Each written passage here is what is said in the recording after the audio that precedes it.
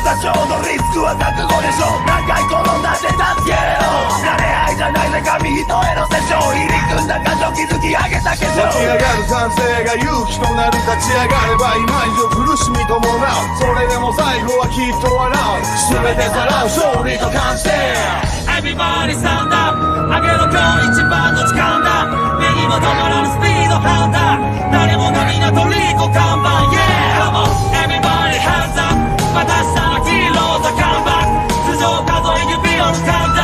行くぜ3、2、1 Make some noise。What is good, YouTube? It is your main man, the Source Kasuni here, and today I'm finally bringing you guys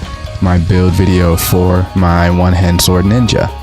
So, a few things that you guys should know about this build before we actually start anything. I will be very thorough with explaining the details on every single skill that I'm using, because pretty much every single thing that I'm using in this build is untouched territory.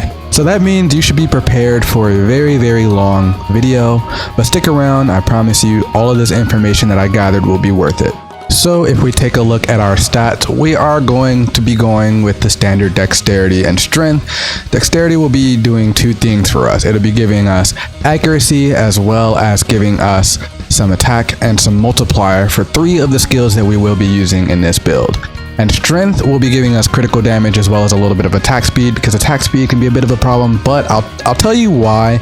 You have to be very specific with the amount of attack speed you get in this build, but it's pretty cool stuff. As you do know, this is an accuracy based build, so you are going to want at least 2000 accuracy. We do have a skill in this build that can help us close the gap on accuracy, so like I said, rest assured everything will be fine. For our food buffs, we are going to be going with the same old dexterity, strength, max MP, critical rate, as well as DTE. This is a build that does not need attack MP recovery, so please skip that. And for our registlets, we're going to be going with the assassin stab enhancer, the physical attack boost, sunbath, emergency MP heal, mega demon wind shuriken, as well as extreme whack. Now, I will be making a second version of this build with poison skills during the free reset campaign, but this is the main version of the build that I'll be showcasing to you guys today, but the rough premise is basically the same. So starting things off with our main DPS combo, we are going to be using Kunai into Stingblade Smite, and that'll be our main DPS combo. And then another one of our main DPS combos will be Magic Laser into Stingblade Smite. This will be for long range. And then our other DPS combo is also for long range. That'll be Impact Demon Wind Shuriken. Please note that Demon Wind Shuriken does move pretty slow, so you are going to want to move in accordance with that. And then we also have Assassin Stab into Aura Blade Smite, and that'll be our buff/rebuff combo. And then we also have Stingblade into Cloning Save, and that'll be our MP regen combo. This build does not need any star gems, but if you do want to take star gems, these are the only 2 that I would recommend. The magic up is going to be for the poison skills for the poison variation of this build, but in this version of the build, you do not need that regislet. In our blade skills, we're going to be taking Shutout level 10, Hard Hit level 10, Aura Blade level 10, as well as Sword Mastery, Quick Slash, and Sword Techniques, and that will be so that we can have our maximum buffs on everything in this skill tree. In shot skills, we're going to be taking Long Range level 10, as well as Quick Draw level 10. In our magic skills, we are going to be taking Magic Laser level 1. You will need to get Finale to level 5 to get this, so you can skip this. This is an optional skill because you also do have Kunai for a long range variation of this combo, which is honestly better, but there are going to be situations where you want to use Kunai as an opener for a different combo like Assassin Stab, so keep that in mind. And then we also will need Impact level 7. In our survival skills, we're going to be taking Short Rest level 10 as well as MP up level 10. We will not be taking Bravura in this build because this is an accuracy build, so Bravura will actually do more harm than help. However, in our battle skills, we will be taking the entire middle row except for the last skill, all at level 10. In our Mananofu skills, we will be taking Bushido level 10 for the extra accuracy, as well as Two-Handed level 10. In our dual sword skills, we will be taking Godspeed at level 10, as well as Aerial Slay at level 10. You can also take this at level 5. I regret taking this at level 10, by the way. We will be taking Stingblade at level 10 though, but during the free reset, do not take Aerial Slay level 10, so disregard what I said earlier. Some information about Stingblade. Okay, so this skill is a lot to unpack. So, Stingblade is probably my favorite skill in the game. As you can see, this is a 100 MP cost skill, and this skill will gain extra physical pierce if you do not graze. So this means that you are going to want to be landing critical hits, so you're going to want accuracy so you can do that. If you are non-graze and you get this extra physical pierce in this skill, this allows you to use the skill with 50% physical pierce in your build. Also, alternatively, you can just still build 100% physical pierce, and any of the extra pierce that this skill gives you that goes above 100% will now be converted into multiplier for the skill. It's at a rate of, I believe, every 10 physical pierce is 1 multiplier. So every 1 physical pierce is a 0.1 multiplier on this skill. Very, very powerful skill. Also to add, this skill is incredibly fast on one-hand sword because it does not go through the enemy. It only does 1 hit, but that 1 hit is still really powerful. I still think that dual swords can maximize this skill a lot better. I'll mess around with that in the reset. In our dancer skills, we will be taking Astute Dance at level 10. I currently have it at level 4, but in the free reset, I will be removing some skills so that I can get this at level 10. This skill is basically going to be our retrograde for enemies with very high fleet. So this build does have very high accuracy. With the accuracy we have, we can pretty much no-graze every single boss in the game with this skill. In our halberd skills, we will be taking Godspeed Wield level 10. In our assassin skills, we will be taking all of the skills to buff Assassin Stab, so you're going to want Assassin Stab level 10, Backstep level 10, Sicarius level 10, Secret Assassin level 10, as well as Foresight level 10. Also, you have the option to take Shadow Walk, however, I don't recommend taking it because we do have an iframe with cloning. And in our ninja skills, we will be taking all of these skills at level 10. Now, this is where things get pretty interesting. So if I go over to Demon Wind Shuriken, the description for the skill says deals damage within a narrow range and returns to the user after traveling a certain distance. When it hits a wall, the skill ends immediately. Now, there's 2 things with this skill. This skill is not affected by motion speed. However, that is a blessing and a curse because this means that you do not need to use Godspeed Wield if you want to main this skill as your DPS. However, this skill also, the mechanic where it travels is very finicky. You can get up to, I believe, 6 hits with this skill. However, after the 4th hit, the damage drop off is pretty high. So you should only aim to get 4 or 5 hits with this skill. To get the maximum amount of hits with this skill, you are going to want to use it at point blank range, and then you're going to want to walk away from the enemy, and you can actually get that 4th additional hit if you teleport back to the enemy when the shuriken is traveling behind the enemy. So, as you've seen in the runs in this video, you've seen that I teleported to the enemy and then the shuriken traveled from behind me back to me, and that gave me an additional hit. That is one of the best synergies in the game, if I tell you, and it's existed for a very long time. I used to actually do this exact technique with Thunder Release. Yes, this technique does work with Thunder Release. So, you do not have to use Stingblade. You can use Thunder Release as well if you would like to.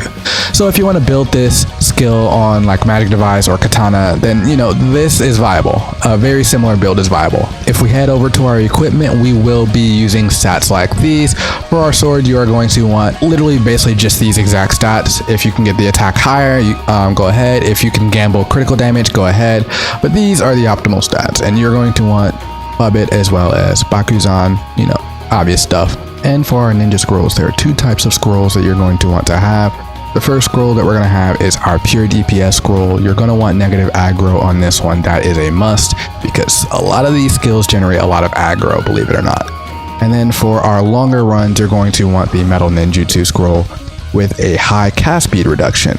So for the fast kill, you're going to want high MP reduction, and for the long runs, you're going to want high cast speed reduction. The MP reduction really doesn't matter in long runs because you're not using a lot of MP. You really just want the cast reduction so you can get the instant cloning. For our armor stats, you're going to want stats like these with Altadar and DX Fighter number 2. DX Fighter number 2 will be giving us additional accuracy as well as short range damage and attacks. And, Altadar is just a staple. Take it. For our additional gear, we are going to be using the Naiadis Tiara with Gibril 3 as well as Royal Ox King 2. And we have 2 rings that we are going to be using. For our fast kill and long runs, you're going to want to use a Starfish Shuriken with Will to Leave and Remnant of Beyond. And if you are, playing in like a high difficulty boss and you just want the additional motion speed, then, get another Starfish Shuriken with E-Toys and Aubergine Dragon Obio. This will give us extra motion speed and we can reach max motion with this build. For our avatar stats, you're going to want to have basically as much physical pierce as you can get so that you are doing as much damage as you can. Actually, I have the wrong bottom avatar on. So yeah, that's the avatar I was using for the showcase. So I wasn't actually doing the highest amount of damage I could have been doing. Bummer. And now, courtesy of me, we do have a completely optimized spreadsheet for one-hand sword ninja. So this spreadsheet actually does allow you to change to any sub weapon that you want, in case you didn't know, but the little box for it is right here. I'll go ahead and highlight it so that you guys can see that, and it's all the way over here. So there's really not too much to show in here, but this will give me the opportunity to explain a few things to you guys, because in the future, you guys already know I will be making the poison build. I probably won't make a build video for that, but I will be making the poison version of this build. So if you're curious about the damage of all of your skills, it should line up with the spreadsheet pretty accurately. I went and actually got all the correct multipliers. My Stingblade damage is accurate to the damage in the sheet. All of my damage numbers are pretty accurate here, actually. So my aerial slay, I didn't test that, but I'm pretty sure that's accurate. My death reception is accurate. I did test that. And then my shuriken per hit, you guys seen it in that run, it's accurate. Here you can also put the amount of hits that you do with shuriken. The average amount of hits you will get is probably 3 if you are using shuriken at a longer range. However, if you do use the point blank range technique, then you can get up to 6 hits. You're going to average 4 hits with that technique. So our main DPS skills that we should be looking at in this spreadsheet are shuriken, Stingblade, as well as Assassin Stab. And we also have 2 different Stingblade columns here because the multiplier is different for non-graze. This is why you actually really want to do a non-graze build for this skill, because this skill is not going to be very easy to maximize otherwise. Because with graze, you're not only getting the fluctuating damage, but you're also just getting lower damage on Stingblade.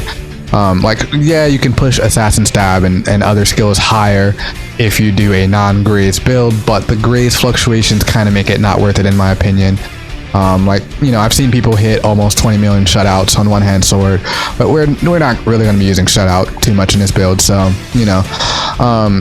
as you can see here, I have the correct multiplier. It took me forever to get this multiplier. So I'm going to explain a few things about this. So like I said, the multiplier for Stingblade is it is 700 plus your total dex divided by 100 plus your extra physical pierce over 100 divided by 10. So you should be at a 17.1 multiplier. 17.1 multiplier if you fully maximize this skill. But you know, you can also optimize in a different way.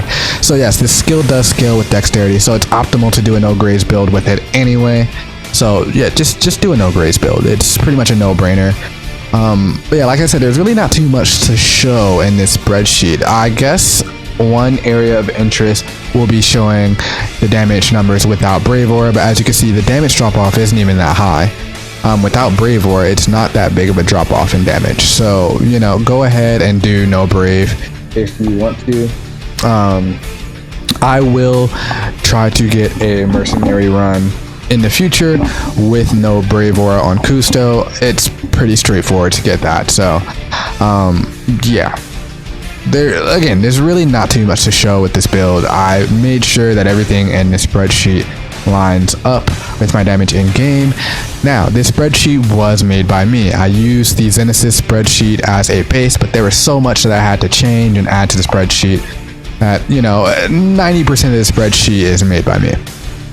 So keep in mind, if there are any incorrect or outdated multipliers, please let me know in the comments below. But I went and did a lot of research. I went and did a lot of, you know, finding to get the accurate numbers. As you can see, Thunder Release is still pretty good damage right there. I mean, but for how slow that skill is, just use Stingblade, honestly. But anyways, that's pretty much it for this video. If you guys enjoyed this video, if you feel like this video helped you at all, please be sure to leave a like and let me know what build you guys want me to try in the description below. I will be trying Sword Fu in the future as well. The Sword Fu build will be a non-Godspeed wield build, so keep that in mind. But, you know, without any further ado, you guys take it easy and Toram wisely.